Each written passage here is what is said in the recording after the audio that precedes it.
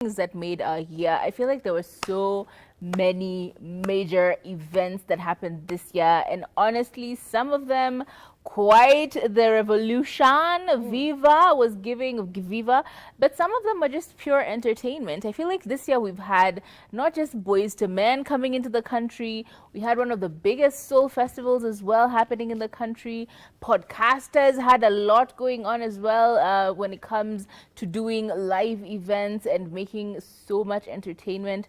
There was a lot when it comes particularly to the Kenyan scene. We saw really good events with, especially even Oktoberfest. They had huge lined up guests coming into the country. Like, it's been the year of major events.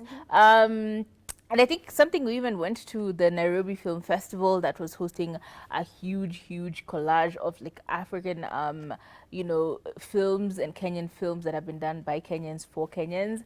And that was also really massive. It feels like there've been many amazing events that has been happening this year. Are there any that come to mind for you when it comes to like Kenyan events that took over? Honestly, I hate to be that person, but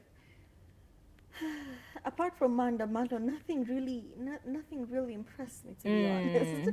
And I'm saying this as somebody who's looking into having events of their own. But to be honest, because I didn't go to as many concerts as I would have loved to, but I did love how people enjoyed themselves at the Sean Paul concert, because guys went down. Guys really had the time of their lives.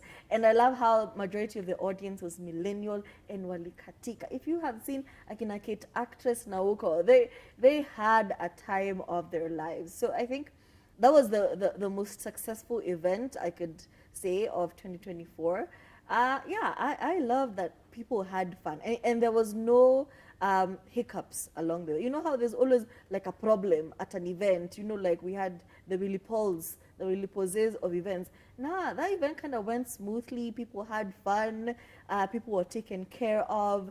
VIP actually looked like VIP. So I loved that for them. Yeah, because like there were some major events, like one that had rain. It's like everything that could happen happened. There was robbery, there was rain, there was suggestions of being introduced into the occult. Like it was an What's the intense event where event. guys broke through the barriers? It was Rema, that's the one I'm Yeah. talking about. It's like it was so intense. Even the other one that happened recently with what's this DJ from South Africa? DJ, God, I forget. She's that Uncle Waffles. Uncle Waffles. Like, that was also very chaotic. Like, there've been so many chaotic events this year, and robberies and just bad things happening to these major events. But yeah, let's talk about the ones that really made a difference. For example, Abel Mutua's Trinity Experience. I have watched videos. I have seen people crying, and I think, did we even see Eddie Butita crying? Like, it seemed like it was such a fantastic event. It was graced by so many big celebrities. It looked like it was honestly one of those to be talked about, and I feel FOMO for that. Actually, I feel FOMO for not actually showing up for Abu Mutua, considering I watch all of his stories on YouTube, and I am so much, very much kurugenzi. I felt like I let myself down by not going to that event, but honestly, such a beautiful event. Honestly, I love how content creators and comedians are actually doing comedy events, and I love that for them, because that's the question we were always asking when people would be very critical about musical artists in Kenya, and we'd be like, sinyinyi mko na Netflix special. But I love to see how akina Abel Mutua, akina Njukush are actually having comedic events and selling out venues. And also, in the same theme of comedy, can we just acknowledge that we've been having roasts of Kenyan celebrities going on? And I love that completely. Guys, continue doing that, because we're always talking about how South Africa is always doing these things, how, even BET sometimes sponsors comedy roasts in South Africa, but it takes a lot of initiative. If we ourselves say, let's now start doing it. We saw the roast of Eric Omondi, we saw the roast of Eddie Butita. I had actually even scored tickets for that. I don't know how I missed going, but it was on like a random Tuesday. So yeah, guys, that was just too much for me. We saw the roast of Andrew Kibe. We saw the roast of Jesus, Kabi Jesus, and they have all been fantastic. And I love how everyone just took the joke. Yeah, you're roasting me and I'll take it. So the rise of comedians in Kenya is very, congratulations to you guys. You guys are doing a good job. You're having live events and selling out shows. But the disappointing one for Kenyans, especially in the gospel industry, finally Maverick City was coming to Kenya. You know how your playlist in traffic is always Maverick. Unasema tu Jaira, Jaira, Jaira. Tukasema, okay, we're going to go for Maverick City, the concert. And let me tell you, from the event, because it was at Uhuru Gardens, from them walking from whatever was supposed to be the venue to a different location still in Uhuru Gardens, and guys had to trek like 3 kilometers. From that to Chandler Moore not being in the tour for Maverick City.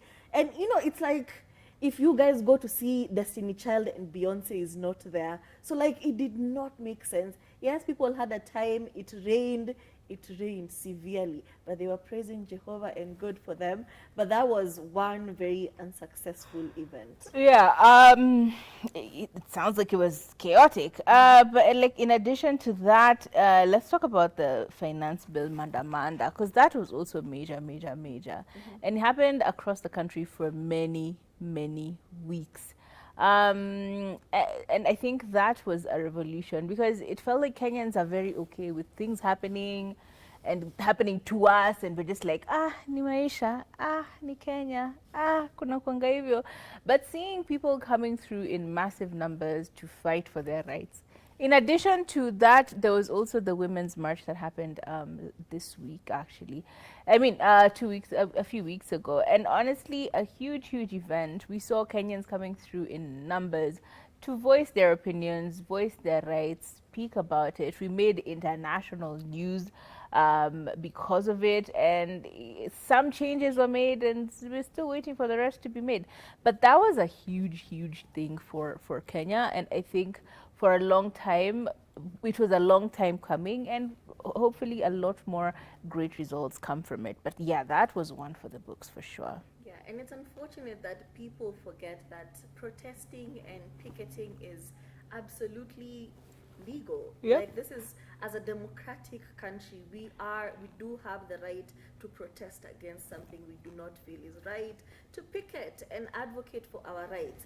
But then the thing that really stood out for a lot of us was how normalized police brutality has become, how people were being abducted every other day, and it even became normal. You know, it even became like if you see a car tailing you, you're like, okay guys, I think I'm going to be abducted. And it should never get to that point. You know, we are a democracy, it's not a dictatorship going on. But yeah, we do love how the pressure got to some people, and we saw a few changes here and there. Not exactly what we wanted or what we need.